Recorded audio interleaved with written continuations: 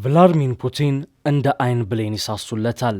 እንደ ኢራኑ ሙሃጀር 6 ክረምትና ዝናብ አይገደበውም። እንደ ቱርኩ ቲቢቱ ጨለማ አይዘውም። በጨለማም በዝናብም በማንኛውም ሰዓት የተሰጠውን ኦፕሬሽን የመፈጸም ብቃቱ ከኬቭ ስርቻዎች እስከ ሶሪያ ጉድባዎች ታይቷል። ኦሪዮን ኢ ሰው አልባ አውሮፕላን ይሰኛል። ይህን አይበገሬ መሳሪያ ኢትዮጵያ ታጥቋለች። በእርግጥም ሰማዩ በቁጥጥር ስር ውሏል። የኢትዮጵያ ጄቶች ደመናውን ተፈናጠው ሰማዩን ተቆጣጥረውታል። ጠላት ያፍር ዘንድ ጊዜው ሆኗል። በዓለም ላይ ራሽያ ብቻ የታጠቀችው ቄንጠኛ ድሮን ኢትዮጵያ እጅ ገብቷል። ኢትዮጵያ ሀያልነቷን የሚመጥኑ ትጥቆችን ሁሉ በእጇ እያስገባች ነው። በብርቱ ዲፕሎማሲም ባላንጣ ከሚባሉ እርስ በርስ ከማይግባቡ አገራት ጭምር ብሔራዊ ጥቅሟን ለማስከበር አብራ እየሰራች ነው። እስራኤልና ኢራን አይንህን ላፈር የሚባባሉ ባላንጣዎች ቢሆኑም ኢትዮጵያ ግን ሁለቱንም አገራት በብልሃት ይዛ ከሁለቱም አገራት ትጥቆችን አስገብታለች። ከኢራኑ ሙሃጀር 6 እስከ ቱርኩ ባይራክታር ቲቢቱ ድረስ ከራሽያው ኦሪዮን ኢ እስከ JF-10 ድረስ ያሉ በአሁኑ ወቅት ዓለም ላይ ጥቅም ላይ እየዋሉ ያሉ የአየር ትጥቆችን አስገብታለች። ይህ ሁሉ ዝግጅት ለሁለት ነገር ነው፣ ለቀይ ባህርና ለሰላም። አባይን የገሩ እጆች ቀዩን ባህር ለመግራት እየታተሩ ነው። ታላቁን ታሪካዊ ስህተት ለማረም ዝግጅቱ አይሏል። ኢትዮጵያ ወቅቱን ጠብቃ ያነሳችው የባህር በር ጥያቄን ለማስመለስ የጦሯን ጡንቻ እያፈረጠመች ነው። በዚህም የሰራዊቷ ትከሻ የዘመኑን ቴክኖሎጂ በተላበሰ መልኩ ሰፍቷል። ጄኔራል ይልማ መርዳሳም ይህንኑ ሀቅ በትላንትናው ዕለት አረጋግጧል። የአየር ኃይሉ አዛዥ ሜጀር ጄኔራል ይልማ መርዳሳ በሰጡት አስተያየት ብሔራዊ ጥቅሞችን የሚያስከበሩ ትጥቆችን ታጥቀናል ሲሉ በትላንትናው ዕለት እወቁት ብለዋል። ዘመናዊ ድሮኖች፣ ተጣጣፊ ጄቶች፣ ተምዘግዛጊ ሚሳኤሎች በአየር ኃይሉ እጅ ናቸው። ይህ ሚግ 21 ላይ ቆመው ለቀሩ አገራት የመርዶ ያህል ክው አድርጎ የሚያስቀር ነው። ውድ አንዳፍታ ሚዲያ ቤተሰቦች በዚህ ጥንቅር ኢትዮጵያ ባለፉት ጥቂት ወራት በሚስጥር ያስገባቻቸውን 3 ዘመናዊ ሚሳኤሎችና ድሮኖች በዝርዝር ማብራሪያ አስደግፈን እናስቃኛቸዋለን። ጨለማና ዝናብ ሳይበግረው በሰዓት 300 ኪሎ ሜትር እየተጓዘ ኦፕሬሽን መፈጸም ስለሚችለው አዲሱ የኢትዮጵያ ድሮን እስካሁን ያልሰማችሁትን ወታደራዊ ሚስጥር እንነግራችኋለን። ከዚህ በተጨማሪም የእስራኤልን አሮ 5 የአየር መከላከያ ቆብ በርቅሰው ጀብድ የፈጸሙት የኢራን ሚሳኤሎች ኢትዮጵያ ገብተዋል። የእነዚህን ሚሳኤሎች አቅም ዝርዝር ቴክኒካዊ ጉዳይም እናቋድሳችኋለን። አብራችሁን ቆዩ። የማይደገም ዕድል በአከራይ መሳቀቅን የሚያስቀርና እንዲህ በአማረ መልኩ በፒያሳ 100% ተጠናቆ ስራ ባስጀመርነው የንግድ ማዕከላችን ላይ ሱቆችን ከፈለጉ በገዙለት ከነተከራዩ ይረከቡታል። ከ2.8 ሚሊዮን ብር አጠቃላይ ዋጋ ጀምሮ እንዲሁም ልስራበትም ቢሉ ወደ ገበያ የሚገቡበት ለዓመታት ከእሑድ እስከ እሑድ ደምቆ በስራ የለመደ የገበያ ማዕከላችንን ቀድመው የራሱ ያድርጉ። እንደዚሁም 90% የተጠናቀቁትን ቅንጡ አፓርትመንቶቻችንን በልዩ ቅናሽ መሸጥ ጀምረናል። ቀድመው ቦታ ይምረጡ። በ0911 23 3000 ወይም በ0905 33 44 66 በማንኛውም ሰዓት በመደወል ቀጠሮ ያስይዙ። ዓለም የጉልበተኞች ናት። ጉልበት ካለ እንደ ትራምፕ የዓለም ሕግ አያግድህም። ጡንቻ ፈርጣማ ከሆነ ዓለም ጆሮውን ሰጥቶ ይሰማል። ጠቅላይ ሚኒስትር አብይ አህመድን ጨምሮ የኢትዮጵያ ወታደራዊ መኮንኖች በተደጋጋሚ የሚናገሩት አንድ ነገር አለ። ይኸውም ሰራዊቱን የምናዘጋጀው ለሰላም ነው፣ ሰላምን ለማጽናት ነው የሚል። የንግግር ላዩን ሲታይ ፈገግ የሚያሰኝ ሊሆን ይችላል፣ ነገር ግን እውነት ነው። ለዚያም ነው ሀያላን ሀገራት በሰላሙ ጊዜ ሰራዊታቸውን ለማደራጀት ረብጣ ዶላሮችን የሚያፈሱት። ኢትዮጵያም ይህንኑ እያደረገች ነው። ብሔራዊ ጥቅሟንና ሰላሟን ለማስከበር ያላትን ጥሪት ፈሰስ እያደረገች ትገኛለች። ጠቅላይ ሚኒስትር አብይ አህመድ አሊ ወደ ስልጣን ከመጡ ዕለት አንስቶ ከልማት ስራዎች ባልተናነሰ ለወታደራዊ ጉዳዮች የበዛ ትኩረት ሰጥቷል። ይህንን ጉዳይ በአዎንታዊ ጎኑ ስናየው የአገርን ሉዓላዊነት ለመጠበቅ እንዲሁም አሁን በአፍሪካ ቀንድ ካለው የኃይል አሰላለፍ ጋር ተያይዞ የሚታዩ እንቅስቃሴዎችን ለመግታት ወሳኝ እንደሆነ አይካድም። ባለፈው ቅዳሜ በቢሾፍቱ በነበረው የአየር ኃይል ትርኢት ላይ ባደረጉት ንግግርም ለጦር ሰራዊቱ ግንባታ ትልቅ ትኩረት እንደሰጡ ጠቅሰው ይህ እየሆነ ያለው የኢትዮጵያን ብሔራዊ ጥቅም ለማስከበር እንደሆነም አስረግጠዋል። ጠቅላው ወደ ስልጣን ከመጡ አንስቶም ኢትዮጵያ ዘመናዊ የአየር ትጥቆችን የመታጠቅ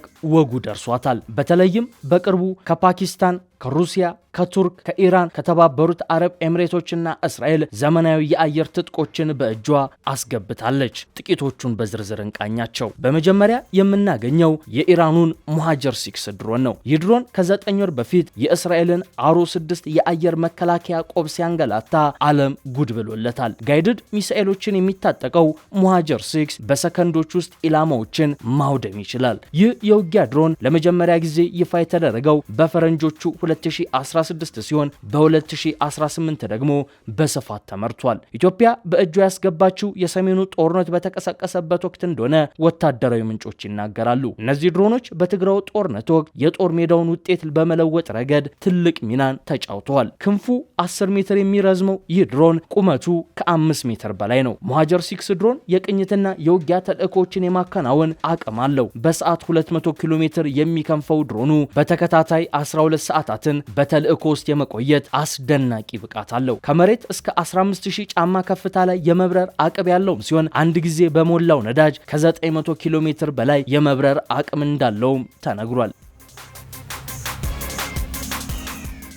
በውጊያ ወቅትም ጋይድድ ሚሳኤሎች የሚታጠቀው ይኸው ሙሃጀር 6 በሰከንዶች ውስጥ ኢላማዎችን ማውደምና ማደባየት ይችላል። ሙሃጀር 6 ቃይም የተሰኙ ጋይድድ ሚሳኤሎች የሚታጠቅ እንደሆነ የኢራን መከላከያ ሚኒስቴር የተናገረ ሲሆን ኢላማውን በከፍተኛ ብቃት በሰከንዶች ውስጥ ወደ ፍርስራሽነት የመቀየር ብርቱ አቅም አለው። በኮድስ አቪዬሽን የሚመረት ሲሆን አየር ላይ ከወጣ እስከ 300 ኪሎ ሜትር ርቀትን ይሸፍናል። ከዚህ በተጨማሪም እስከ 40 ኪሎ ግራም ክብደት ጭኖ 18000 ጫማ ከፍታ ድረስ ተነስቶ ለ12 ሰዓታት አየር ላይ ሊቆይ ይችላል። ሚግ 21 ላይ ቆመው የቀሩ አገራት ኢትዮጵያ ይህን ድሮን መታጠቋን ሲሰሙ ምን ሊሉ ይችላሉ የሚለውን ጥያቄ እያሰላሰልን ሌላኛውን የኢትዮጵያ አስደናቂ ድሮን እናስቃኛችሁ። ሌላኛው ኢትዮጵያ በእጇ ያስገባችው ቱርክ ሰራሹ ባይራክታር ቲቢ2 ድሮን ነው። ባይካር ዲፌንስ የሚያመርተው ይኸው ቱርክ ሰራሽ ድሮን እስከ 150 ኪሎ ግራም ክብደት ይዞ መብረር የሚችል ሲሆን እስከ 300 ኪሎ ሜትር ርቀት ውስጥ ሆኖ ድሮኑን መቆጣጠር ይቻላል። በአምራቹ ድረገጽ ላይ እንደሰፈረው የዚህ ድሮን ክንፍ እርዝመት 12 ሜትር፣ ቁመቱ